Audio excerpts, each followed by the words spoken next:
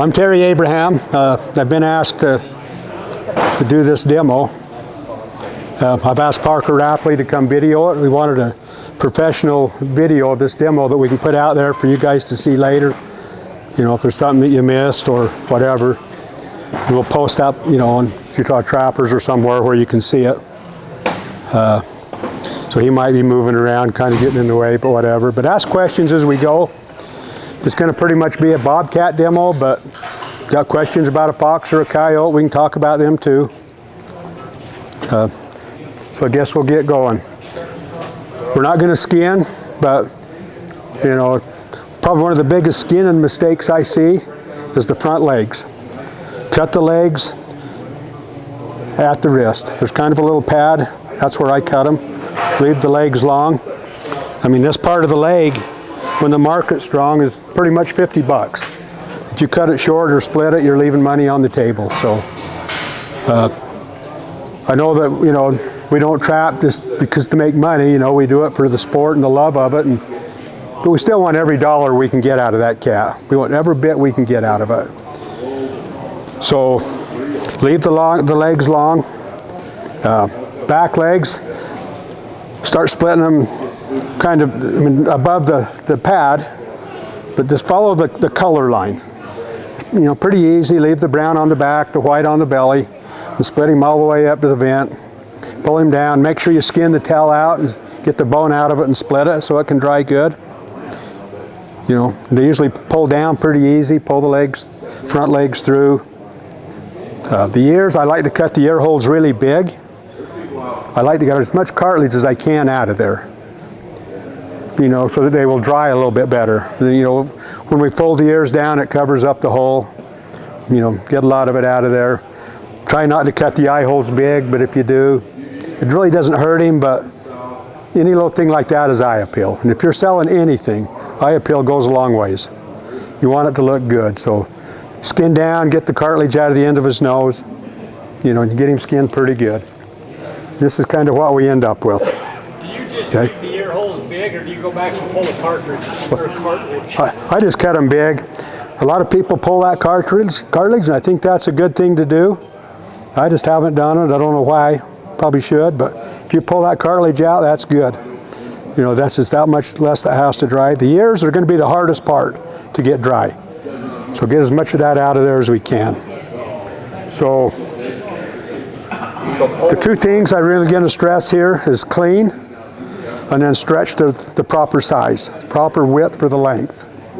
The best way that I figured out to have clean fur is don't get it dirty. Cats are pretty clean. You know, you guys that choke them, you know, you're not getting blood on them. You're not going to need to wash them. If you shoot them, you don't want to shoot them in the head. For one thing, the skull's got a value without a bullet hole, but you shoot them in the head and they just bleed everywhere. And they got big blood clots in their ears. It's hard to clean it out. You know, avoid shoot them in the head. You know, shoot them right in the ribs. If you shoot them kind of low, a lot of times they won't even bleed.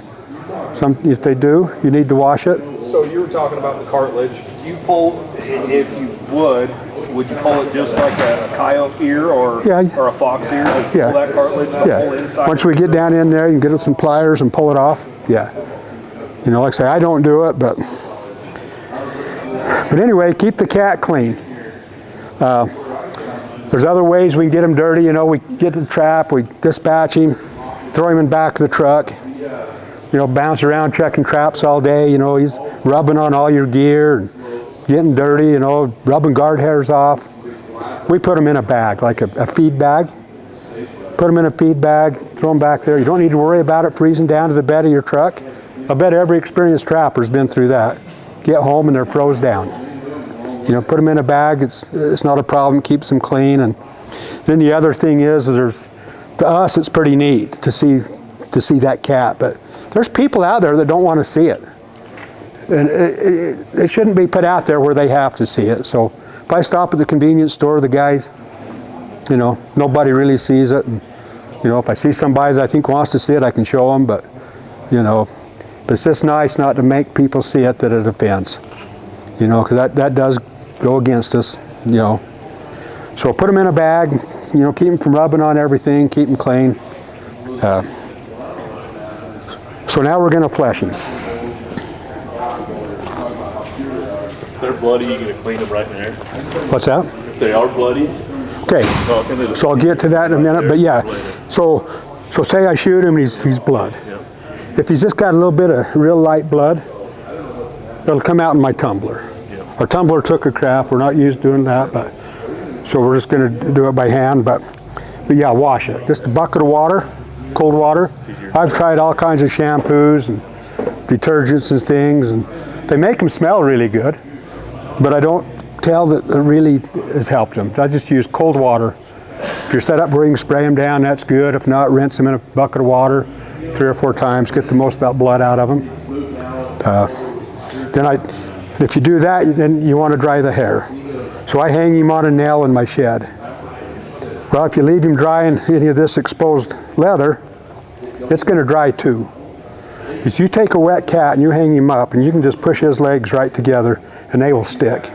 Look, make sure you're good, and you can hang him 24 hours. Do that, maybe put a wet cloth or paper towel, wet it down, stick it in his mouth so this don't dry. And usually I'll wait till I get home from work the next night. And then I throw him in my tumbler and, you know, it tumbles up really good. But I wash after I flesh. I know some people do before. I'm gonna get my gloves on.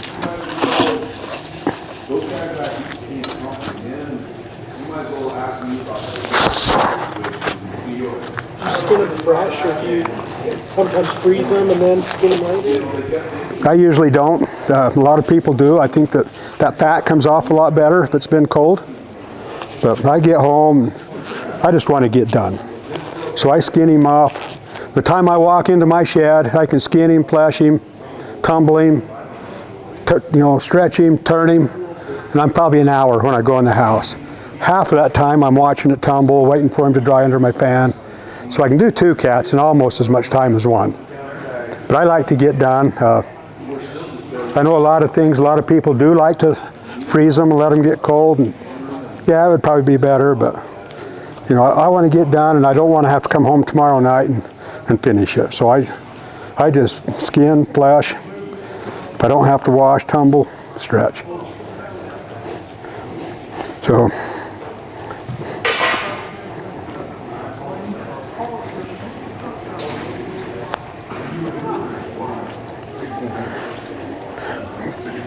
get him turned. Then before I flesh him, I want to measure him. Okay, that cat is pretty much 40 inches. So that's going to help me decide which board I want to put him on. Just, you know, as far as size of board. And that's pretty much where I want him to be when he's stretched. I'm going to stretch him just a little bit more because I want to get him over that 40-inch mark. If I can get 40 is the line between 1XL and 2XL, I want him to be a 2XL. So we will fudge him just a little bit. So I measure him, I know that he's, 40-incher. I just remember that for a minute.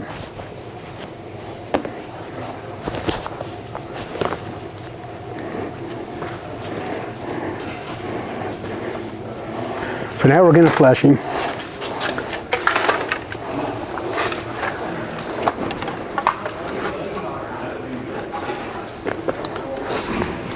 Put him on my board. Some people like to lay them on the board, just lay them on it where they're fleshing against double. They say they don't cut as many holes. A lot of people like to put sawdust or borax on them as they flesh.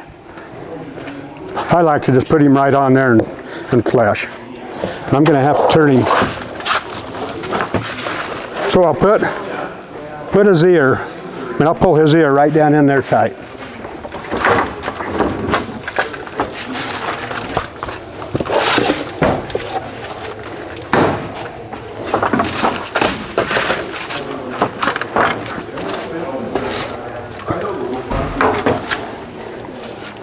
And we'll come back to his ears after we get done fleshing him.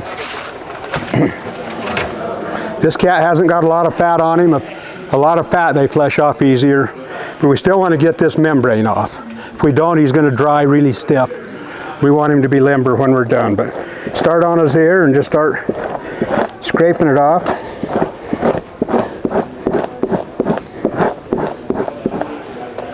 Hold your flesh Turning. beam like that even at home?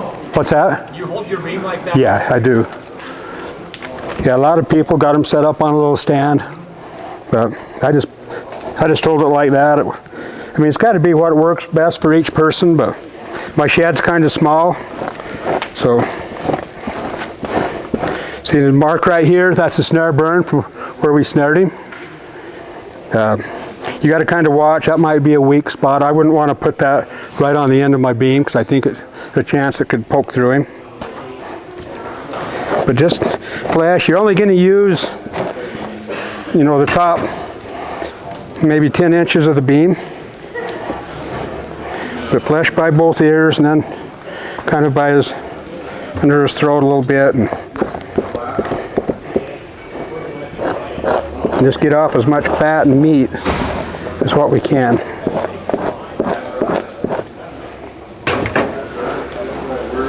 Get down, pull his leg on, just keep everything tight.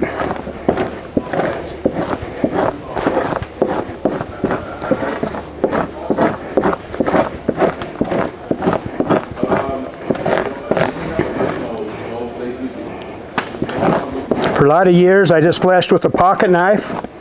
Got off all I could, and a lot of cats you can do that pretty good, but some fatty cats you just can't get it.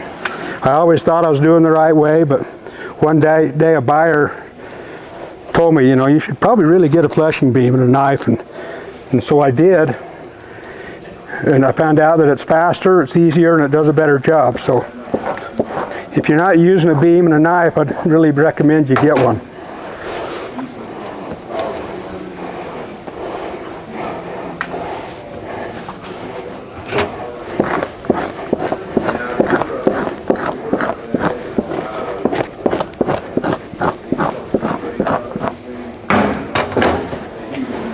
Anyway, just keep turning him and working him down. And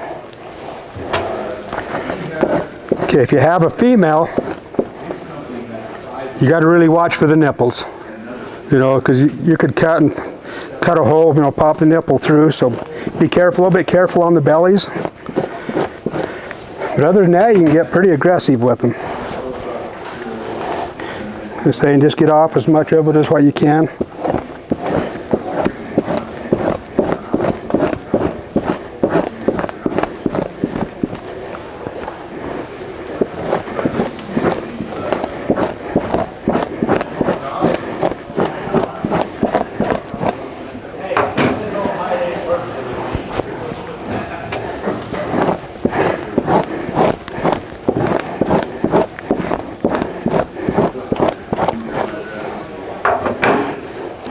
Just be careful, you know, they're pretty durable. You can cut holes, but well, I guess if I do, we'll have a sewing demo too.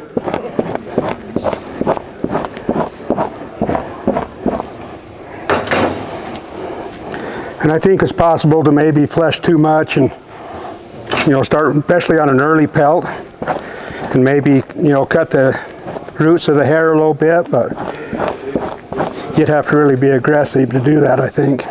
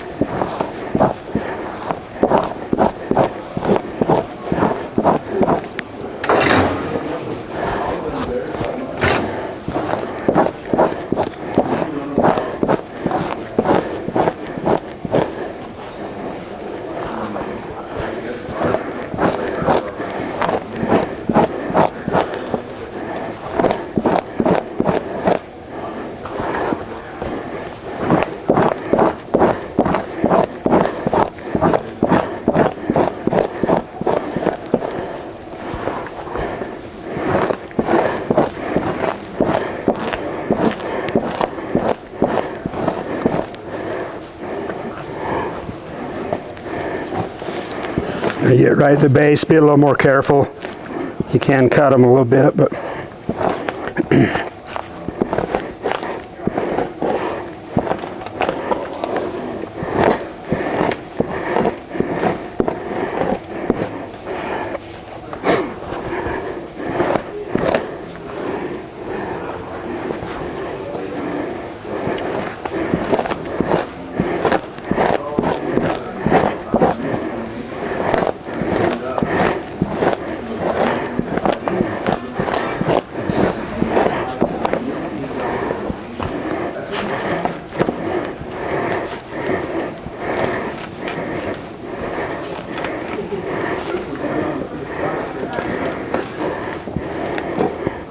flesh by his tail, but be a little bit careful. You can cut his tail off if you're not.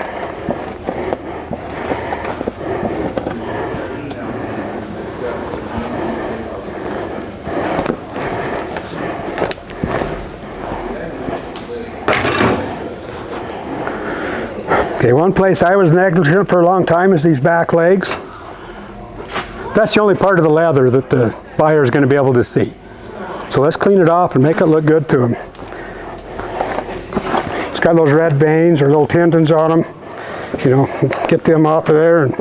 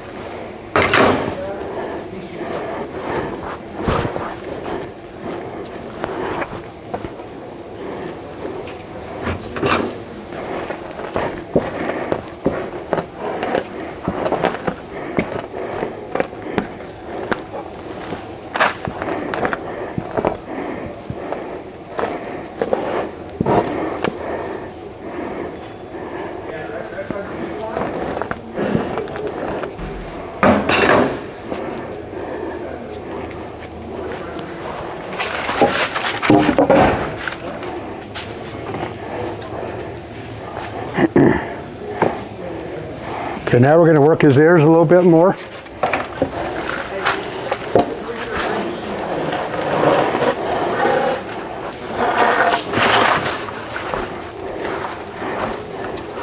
Okay, there's some cartilage that comes up off their ear that comes up. I try to get that off of there. That's just that much more that don't have to dry. Comes off pretty easy.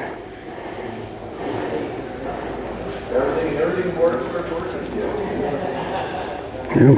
Cut his ear holes pretty big. How are you laying that blade? Are you laying it flat or are you laying it? What's that? Are you using it like a? Are you laying it flat? Or are you scraping? Oh, with the knife?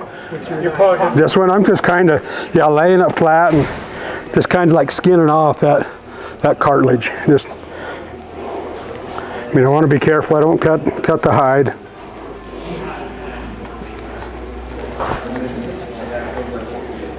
And just get as much of that cartilage as you can out of there.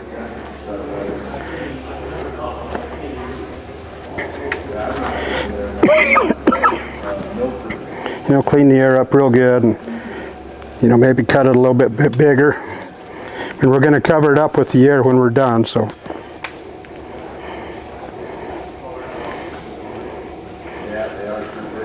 Okay, so there he is, all fleshed off.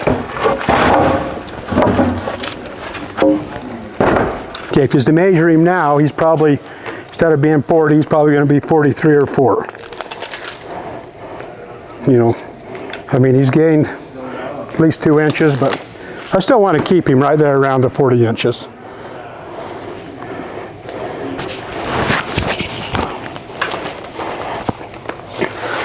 So if I was home in my shed, I'd turn him first side out, I'd throw him in my tumbler for like 10 minutes, I'd pull him back out, turn him flesh side out, and give him like 2 or 3 more minutes, and then I'd board him. But where our tumbler's not working, we're just going to rub him in borax. And you guys that don't, Just air? What's that? In the no, tumbler? okay, a corn cob media. So they use it like for corn blasting, you know, like sand blasting, but it's for wood, soft metals, whatever. You can buy it like at Home Depot or wherever. You know, put like a quarter of a bag, so maybe 15 pounds in there, a cup of borax. You know, give them the 10 minutes, that shines the hair up. It really just makes them puff and look good. If you got a little bit of light blood, that's going to clean it off. If I got one with heavy blood, I wouldn't throw him in there because, you know, it might clean him up, but then it's going to really contaminate my borax or my media. So that's the one I would have washed and whatever. But keep them clean, tumble them. But it means we don't have that option. So is that just a clothes dryer without the heating element? Yep. And then I put in there, you can look at it when we're done. You can see I've duct taped like the lint bent. You know, the duct tape, whatever holds. Use your wife's dryer. Yeah, yeah. I'd probably do that once. But it wouldn't happen a second time. But anyway, if you guys don't want to do the tumbling, I mean, I'd really recommend it. I don't use the dryer. You know, I build a tumbler, but the dryer works. It turns too fast for one thing. After maybe 30 uses, the seals, that media wears out the seals, the media is leaking all over. You know, for a guy that's going to do 5 or 6 a year, if you just do your 6 cats, you probably get 4 or 5 years out of it. But you know, I do 70 or 80 pelts a year, but you know, between the cats and fox and coyotes, I'll go through 3 of them. You know, but I got a tumbler, and it's slowed down. They turn about 32 rounds a minute. If you build one, try to get it around 12 or 15 rounds per minute. You know, that's, you know, so they don't have to turn fast. It's good if it's slow, you know, the falls, and it don't work good for dry pelts. You can fold a coyote up in and throw him in there, but he can't unfold. You know, so all that's going to get cleaned is just the parts that's on the outside. So it works good for wet pelts, you know, but dry ones that don't work very good. But it'll really clean your fur up. I mean, really make it look good. Build a really big one, right? What's that? Build a really big tumbler? No, dry, no. You could do a kitten or red fox. I've done. A large tumbler. Oh yeah, yeah. 6 foot is probably the ultimate size, but most of us probably aren't going to have a 6 foot tumbler in our garage. My bigger one is 3 foot. Yeah, I can do 2 coyotes in it. I don't even set it up anymore. This cleans it up good enough that, you know, I'll get done. We'll borax this cat in a minute, and I mean, he should just really shine. But keep them clean. If they're not clean, it's hard to puff them up. You know, so we're going to rub this cat down in borax on the flesh side. If you have access to MDF sawdust, that's probably the best. You can dump this in there and rub it all in him real good, and that's going to start drying him immediately. But don't think you can put him in that MDF and then run to town and get a Coke. When you get back, he's going to be too dry. I mean, that dries him fast. But we're just going to use borax on this one. We're going to rub it all in him real good. You know, we just want to get him started to dry.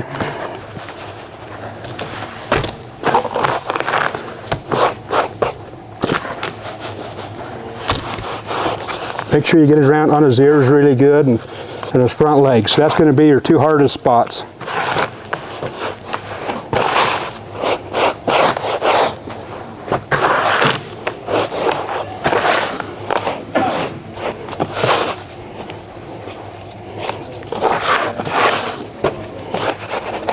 Just rub it in.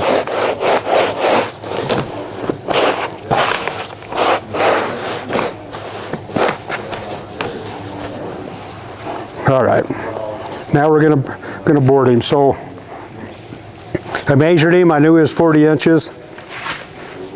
I've got, you know, a variety of stretchers. I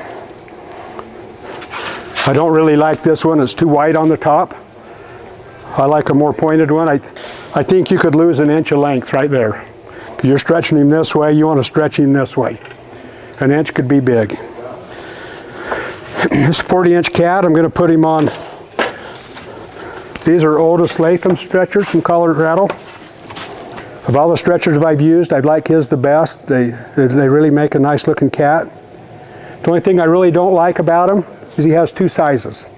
And we have a big variety of sizes of cats. A lot of you guys might be selective and let, you know, a little bit smaller cats go. We snare. If we catch it, we got it.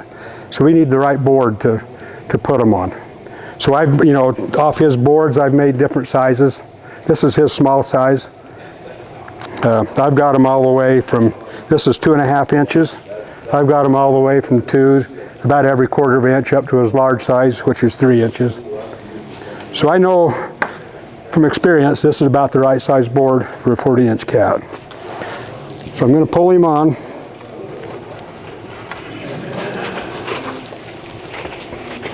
I always try to put the tail on the side with the little cleat, because I don't want to get down there and have it in the way of his legs. Pull his nose on really good. Make sure he's nice and square and straight in the head. pull them down, you don't want to have a big wrinkle up here. You know, get them all down. That's all length. Put him on there nice and straight.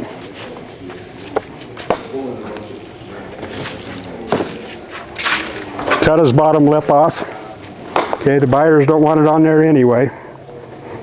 So just cut it off. Okay, on my stretchers, you can see I got it marked in sizes, 36 and 40. And we'll go over this, we'll go over that stuff in a minute. See, I'm all ready.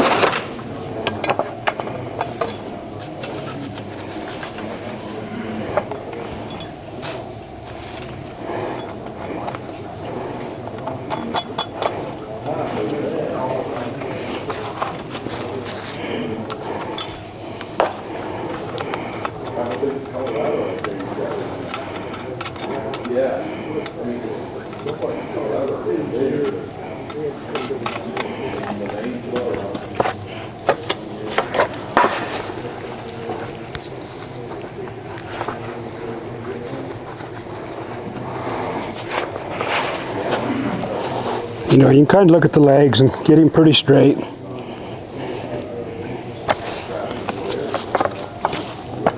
Okay, I like to pin the legs. Put one pin in each one for now. And I don't really pull down on them, just pull him down.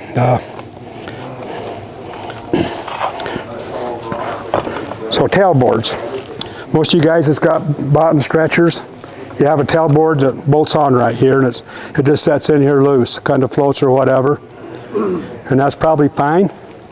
But I like to use a lot longer wedge, and I'm going to force that down in there pretty tight. I think it does two things for me. One, if I got any slack up here, it's forcing it out. I'm getting more width. The other thing on your boards, over a period of time, you know, you notice they start bowing.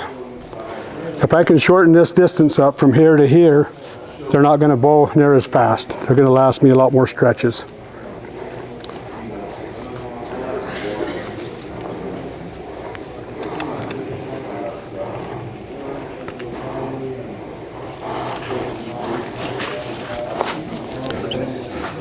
So this cat,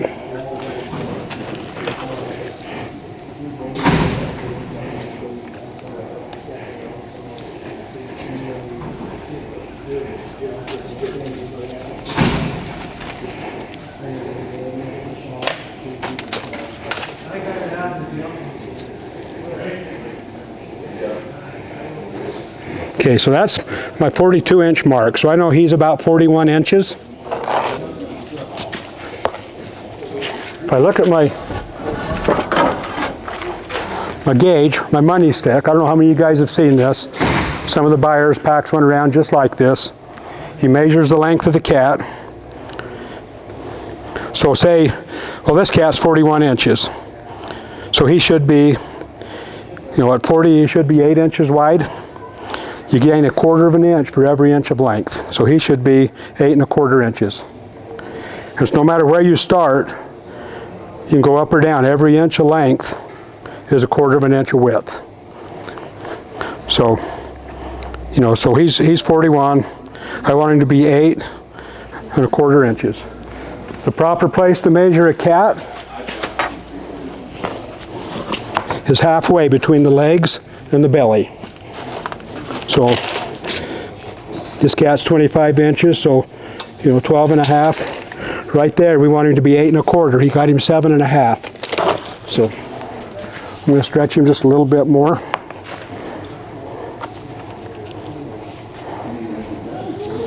And I don't think this has to be exact.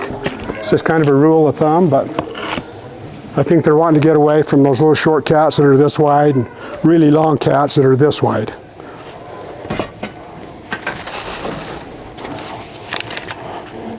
So he's just pretty much 8 inches. Seems like I gain a little bit when I turn him, so I'm going to leave him right there. We're just going to get him pinned out. I like to pin out the back first because that's where they're going to measure the size. I want to make sure I got it.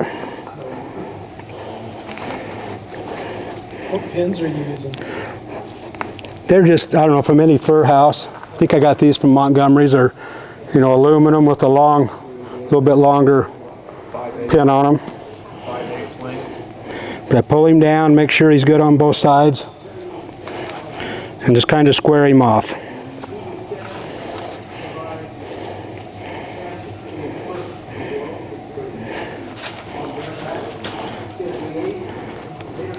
And I'm going to pull him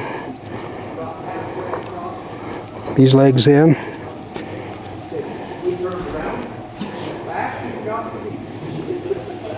And then just start pinning him, you know, pulling them legs together.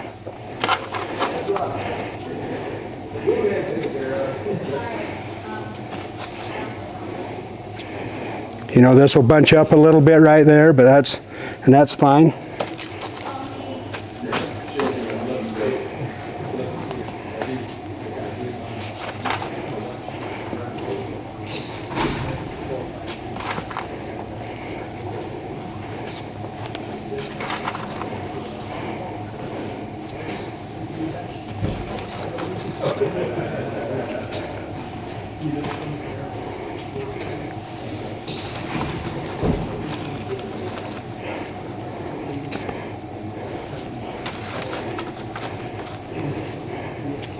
Kind of try to pull his legs as close together as you can.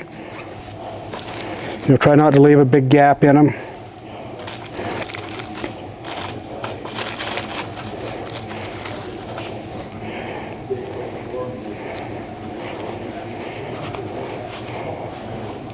Try to pull both sides pretty even. Try to get him pretty symmetric from side to side.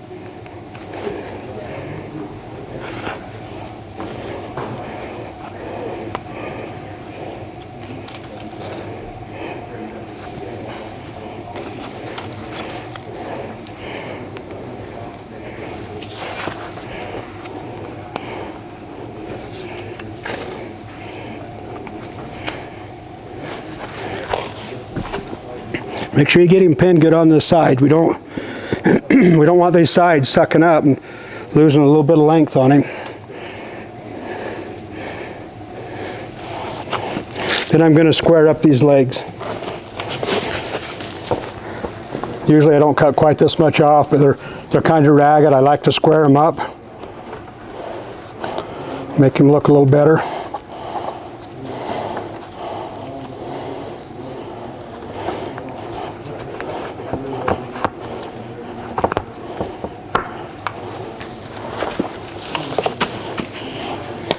Maybe add a couple more pins.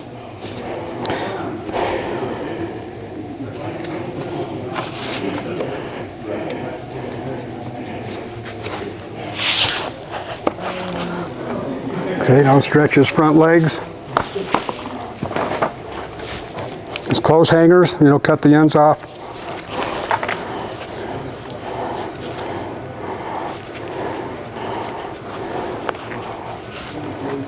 Stick them in there, pull them up. Don't push them in too far, that's hard to get them back out. But I like to just kind of stay with the contour off the sides.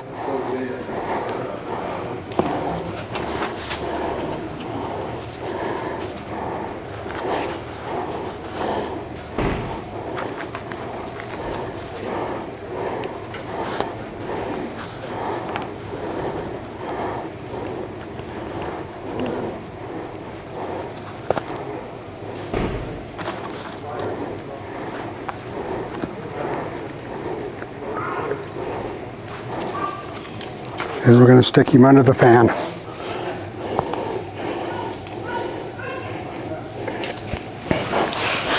If I was in my shed, I'd I put him under this fan for like probably 10 minutes on the side and let him dry just a little bit more. While he's drying, we're going to take this cat off. We're going to clean him up. I'll leave him on the stretcher for probably a week underneath my fans. I keep 2 fans blowing on them all the time, so I want to make sure they get dried good.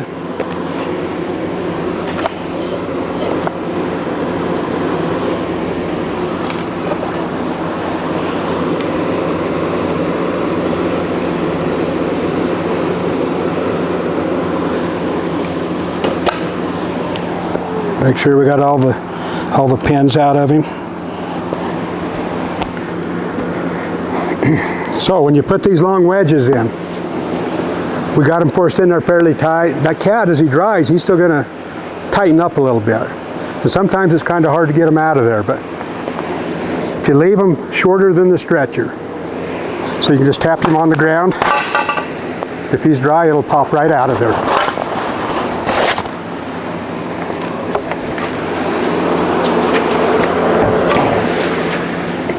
I'm going to put him in this tub with borax and just scrub him all up good. You see he's maybe not bright white. I mean, he's white, but he's a little bit dingy. We're going to just pour some borax on him. If you got any blood spots, you know, just scrub him up a little bit more.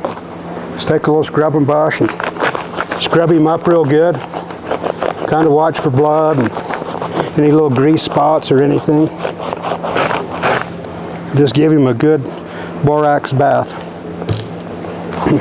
When I do this at home, I'm going to have a respirator on. I don't want to get this stuff in my lungs.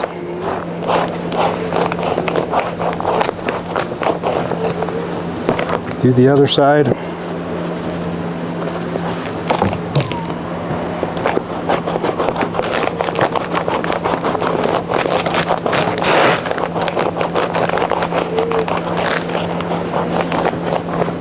See, it looks pretty clean. Don't see no grease, don't see no blood.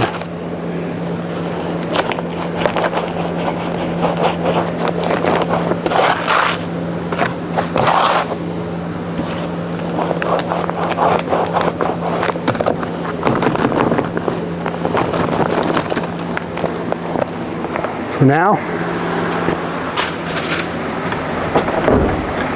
I'm going to roll him over this broom handle. That's going to kind of loosen him up and make him where he'll fluff a whole lot easier. If he's really stiff up here, don't force him because you don't want to tear him. But if you can work him over that broom handle,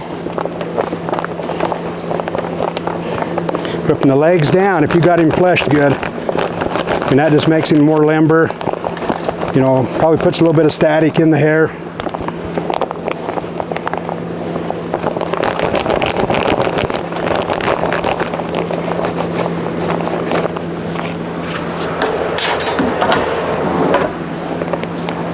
And I'm going to brush him up.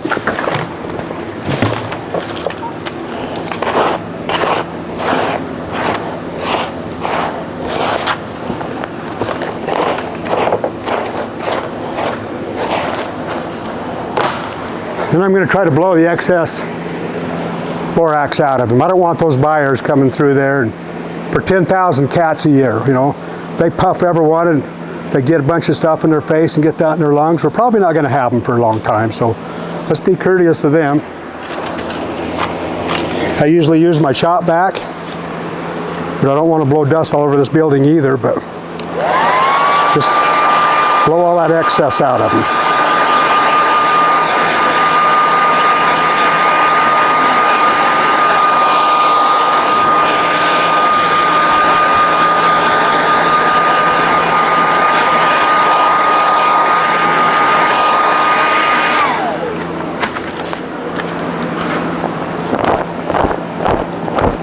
Pop him a couple times, and I mean, I think it brightened his white up. I mean, he's pretty bright now and clean, and I would do this like I did it last night, you know, the night before the sale or 2 nights before, borax him up, fluff him up, and that's how he's going to go to the cell. So you bring him up here and check him in. man, you have spent your time making sure every hair's in place and he's looking good. Well, you come check him in, you lay him on the table, those guys working the floor are going to grab a whole bunch of them and you're thinking, man, I wasted my time. They're not all puffed up and looking good like he was. And then you watch, the buyer's coming through, and the first thing George is going to do is take his hand and lay it down. Look at those spots. Man, did all that work. And then, well, you go in and look at them a little bit later after them buyers have come and looked at them and popped them. If they're clean, they're going to stand right back up. We worry a lot about that, but if you've got the hair clean, it will stand back up. So just about everybody I know in the industry is going to tell you when you're drying them, put them upside down, the hair will fall down, it'll stand up. It doesn't hurt, but I'm not a believer that it helps them because, that hair, how much more is it going to stand up? It's there. So I don't know. I'm not a big believer of that. It doesn't hurt. The way I got the fans set up in my shed, I'm better off to put them this way because they're right up against the fans. It blows on them a lot better. I'm more worried about getting them dry than I am hanging them upside down. If your shed's good with the fans and whatever, hang them upside down, But I don't know what it's really an issue.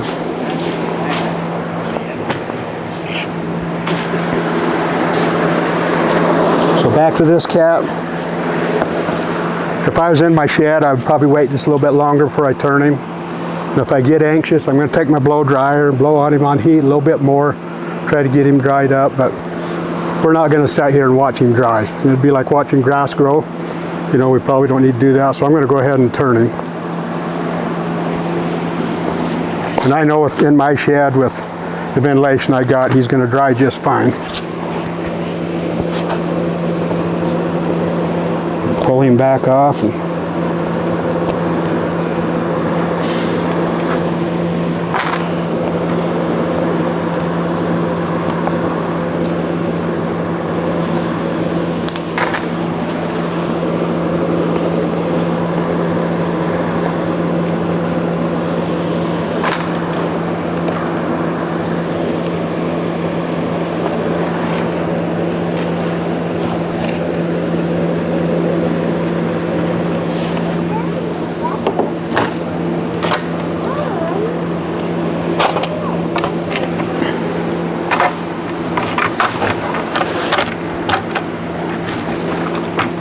So anyway, you can kind of figure what I feel.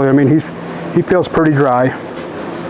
I would let him dry a little bit more, but he's not sticky. He's not going to stick to my boards. I would probably let him get a little bit drier if I was home. But then my tumbler, he would turn like this and he would just be puffed up. He'd be looking good right now.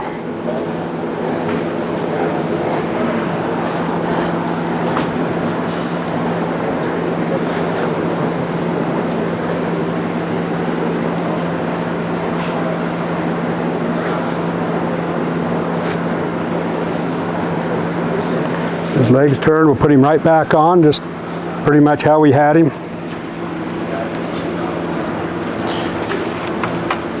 And if you got good ventilation in your shed and you watch them close, you can tumble them and just stretch them, first side out, but I like to let them get a little bit drier. I don't have to worry about them. I like for them to get dry a little faster so I can move them out of my shed and kind of get him on there nice and tight. We're just going to do pretty much the same thing over again.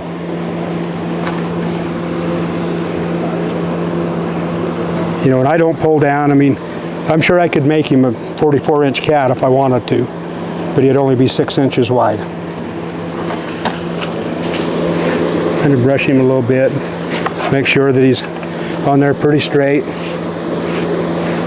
He's got about the same amount of brown on both sides.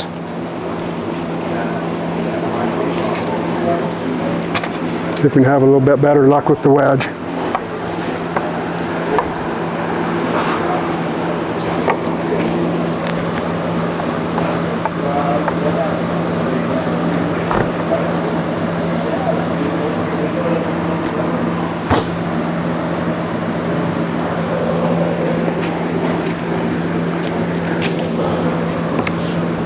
Okay, so we know we wanted him halfway. You know, we wanted him 8 1/4. See, he's 7 1/2.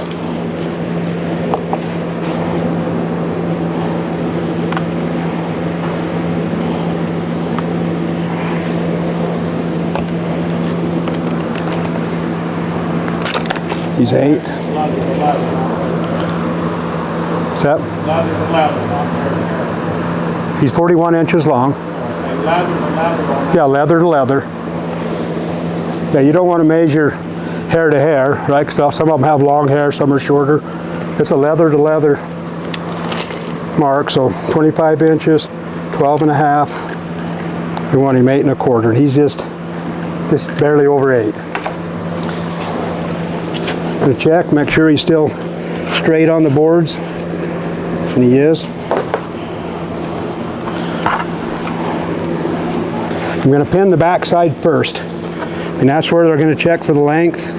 I want to make sure I got it where I want it. Down here on the inside of the legs, I'm going to come down here. I'm going to try to cheat and come down here about 1 inch. If I can get another inch out of him, that might get him to the next size.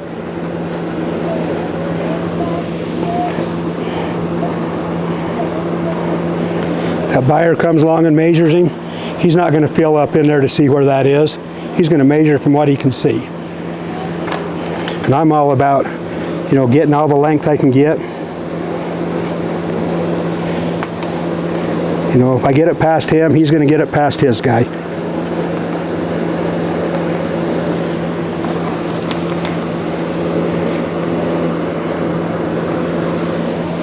Kind of get him squared off pretty good. Even pulling him on a little bit wetter, we got another inch on him. He's almost 42 now.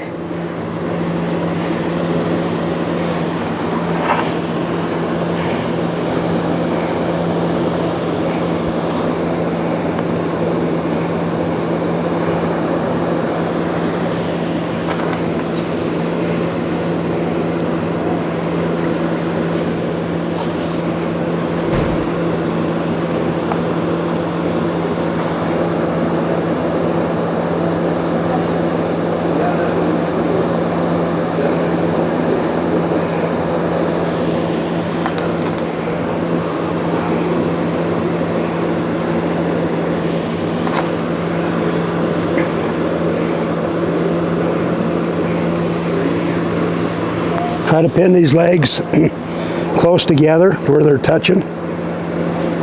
Just gives them a little better look.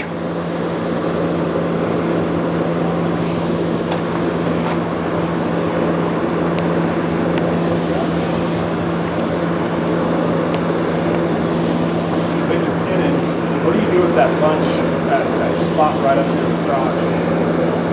Where it bunches up, what do you do with that? Pull them out, pull them out, try to keep them pretty much even from side to side.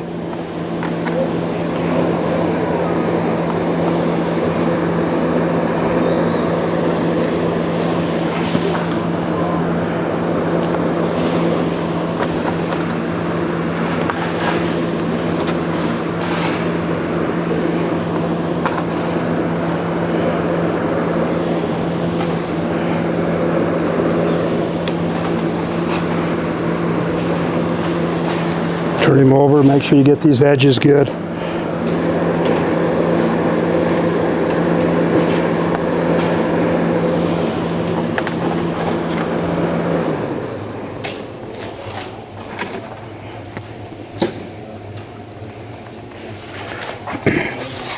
We'll get his front legs again.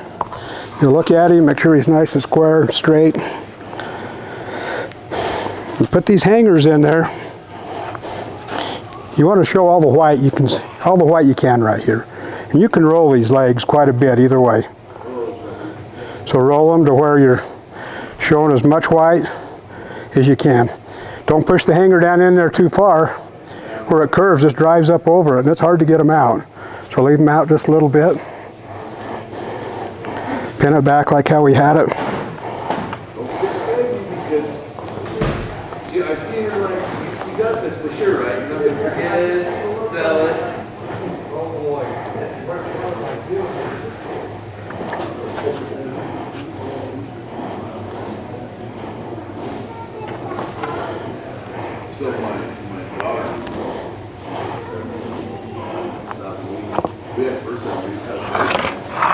You're going to brush him a little bit, make sure he looks good.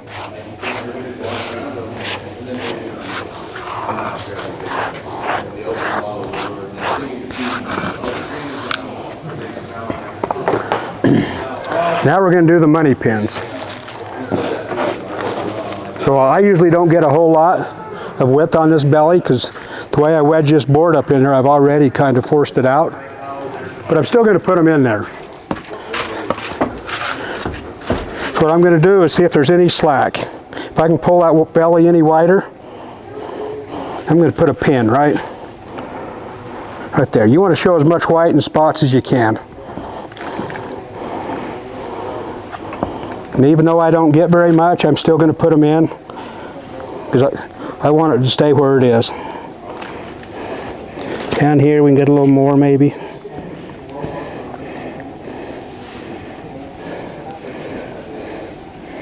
See, I'm not really getting much on him.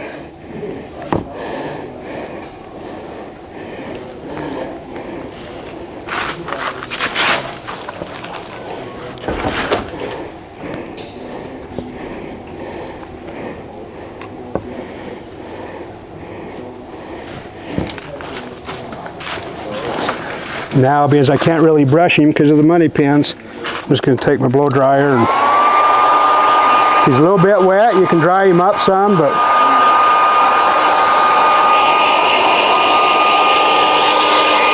trying to get his hair standing up pretty good.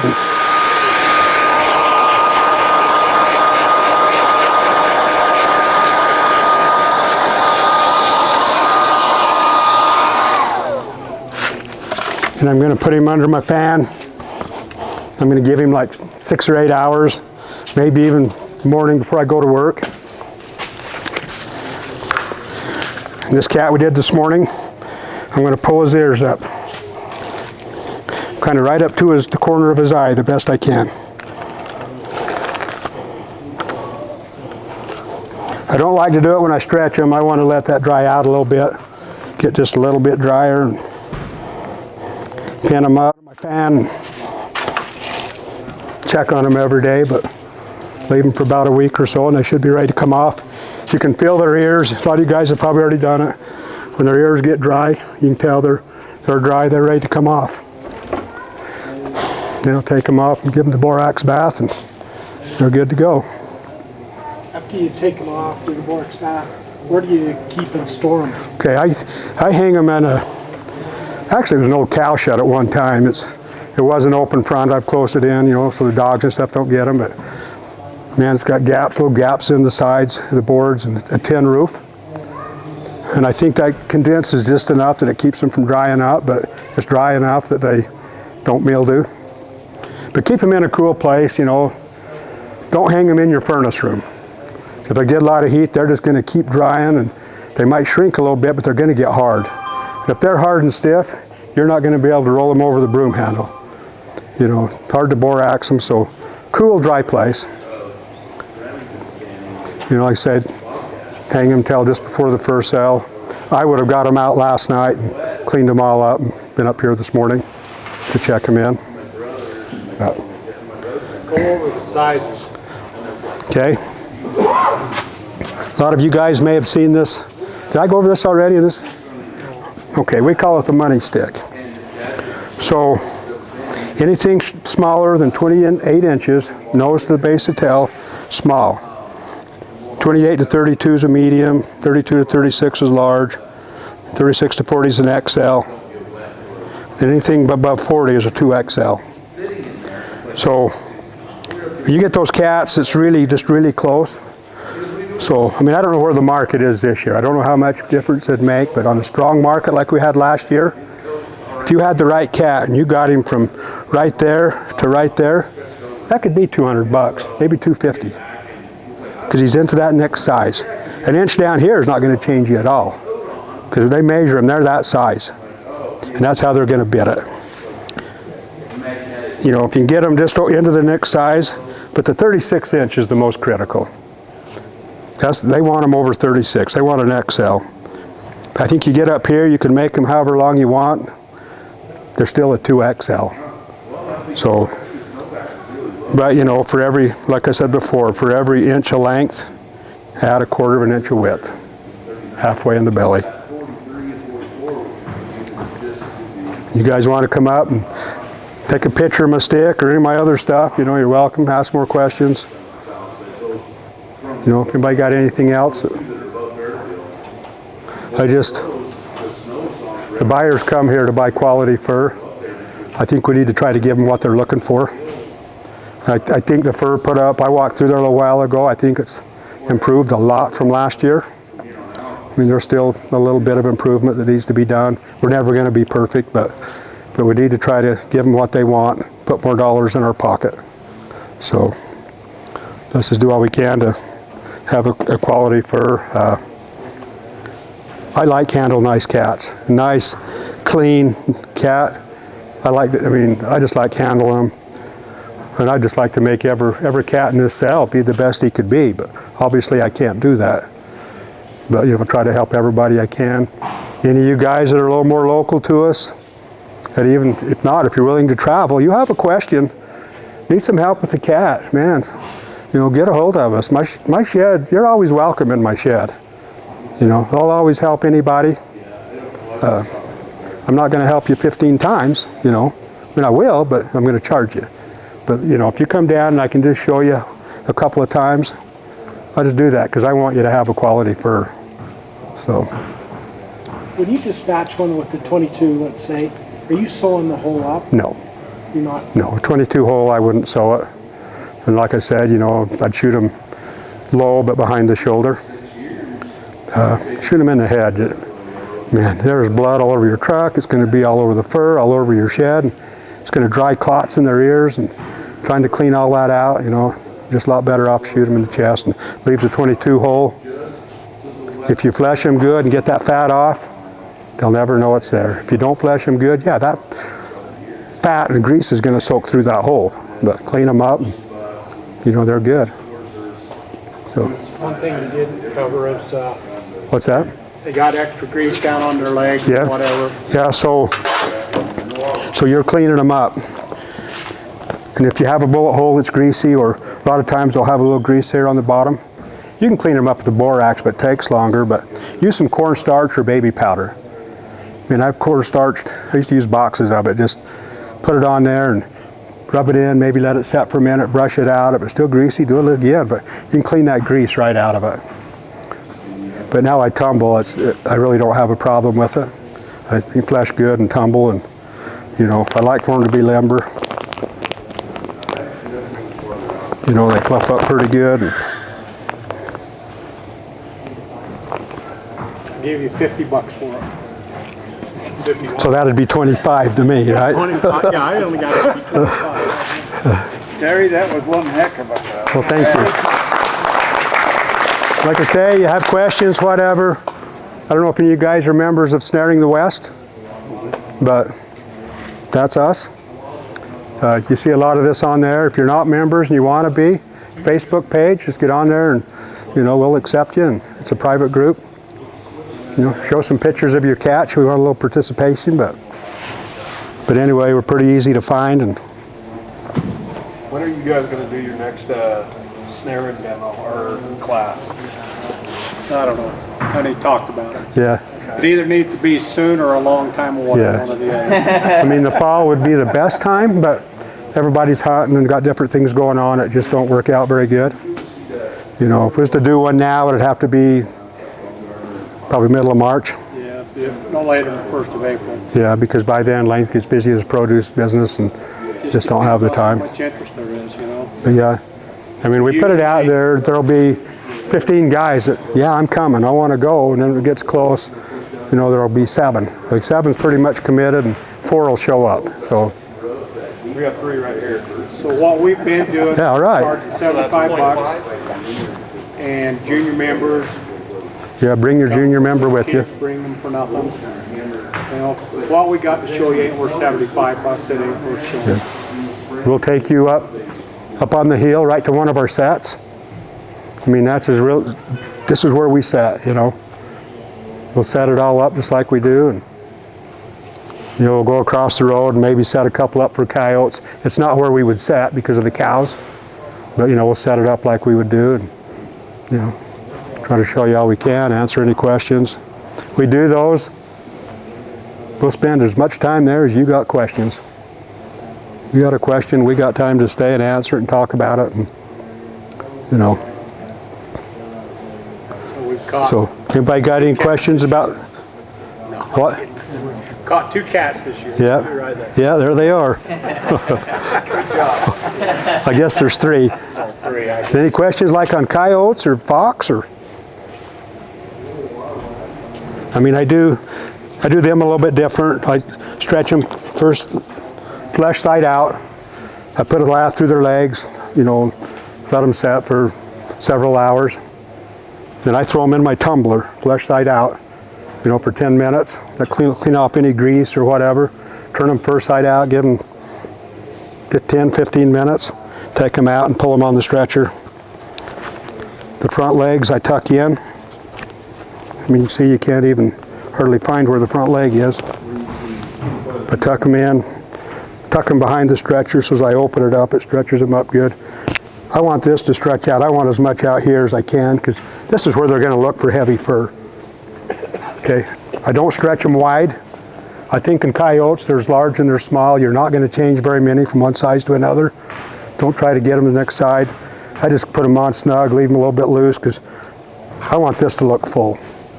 I mean, if it's heavy, it's going to do you a lot more good than getting another inch out of him. So, I mean, coyotes now don't matter. You know, a good one's probably $12, but, you know, but still we like to catch them, and if we catch them, I kind of feel like we need to put them up. So, I do the same with the red fox. This probably wasn't the best example of a red fox. He's red, but he's not real heavy, but do the same with his legs.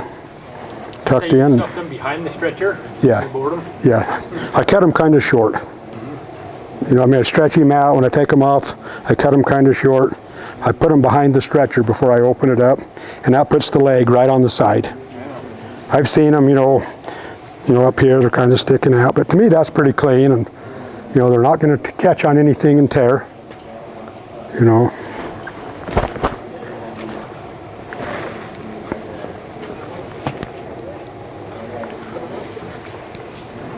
Are you splitting those tails? The tails? Are you splitting them? Or? Yeah, pull the bone out and split them. If you don't pull the bone out, they kind of dry, but if you split them, it seems like they're gonna, if you get the bone out and you don't split them, they're gonna slip. I'll guarantee you it will slip. They'll come up here to the fur cell and the buyer will go to pick it up and all that fur is gonna come off in his hand. You know, well, if it slipped there, what's the rest of it like, you know? So yeah, definitely split the tails. Especially if you wash, it's going to get water in there, and you know, if you don't split them, they'll slip on you. So yeah, split everything right to the tip. Which that's not hard. If you got a tail stripper and a deboner, it's really easy. Yeah, they make the tail strippers. They work good. I just skin them down halfway. Just grab them, just grab it and pull down on it. I mean, I always skinned in the field. I don't anymore, but anything like that was just one more thing I had to have with me. You know, so I just learned to just pull them off with my fingers, and it works good. But miss anything? Green belly.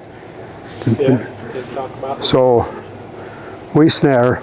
Obviously, we get there, they're dead. Cats usually aren't a problem, but a lot of coyotes, you skin them off, they're starting to turn a little bit green. And I'm sure we've all seen it. If they're turning black, they might be too far gone, but if they're just a little bit green, when I skin down past that part, I'll stop and rub some Bacticide on it. Taxidermists use it to rehydrate furs. Get it from a taxidermist supply shop. I'll put a little bit of that on there, finish skinning him, flesh him. Most of that green's gonna flesh right off.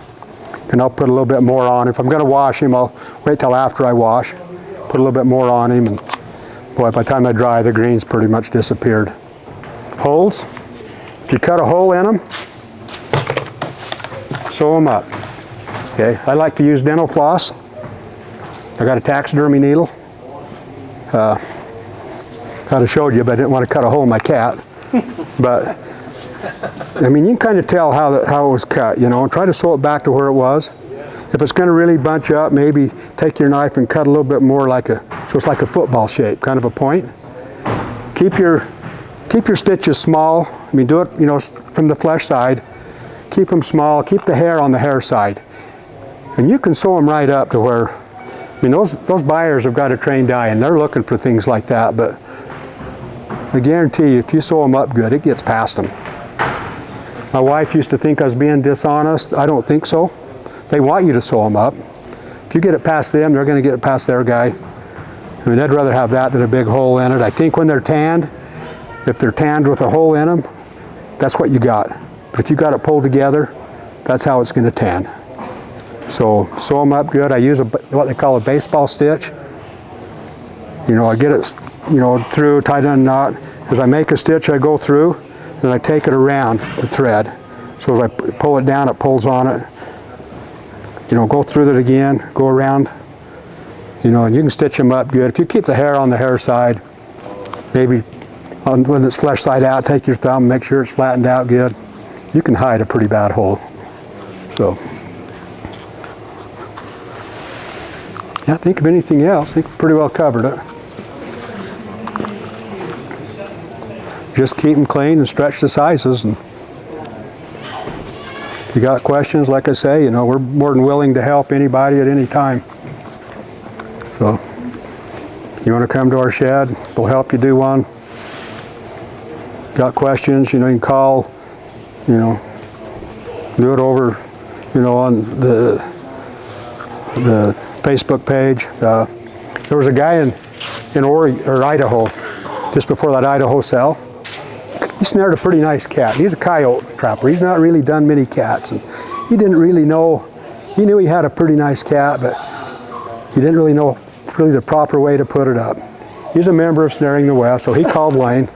Lane spent, what, 2 hours on the phone with him and explained to him the best he could over the phone. He put that cat up. Well, that was the high cat of their cell. So, you know, like I say, he spent 2 hours with him, talking him through it. Just, you know, he didn't have a tumbler, but he... Pride involved in it, you know. Yeah, he did it with the borax like we did these, you know, dried it good. And, anyway, like I said, there's only 30 of our type of cats there, but still he had the high cat. And it looked good. He probably got a picture of it, but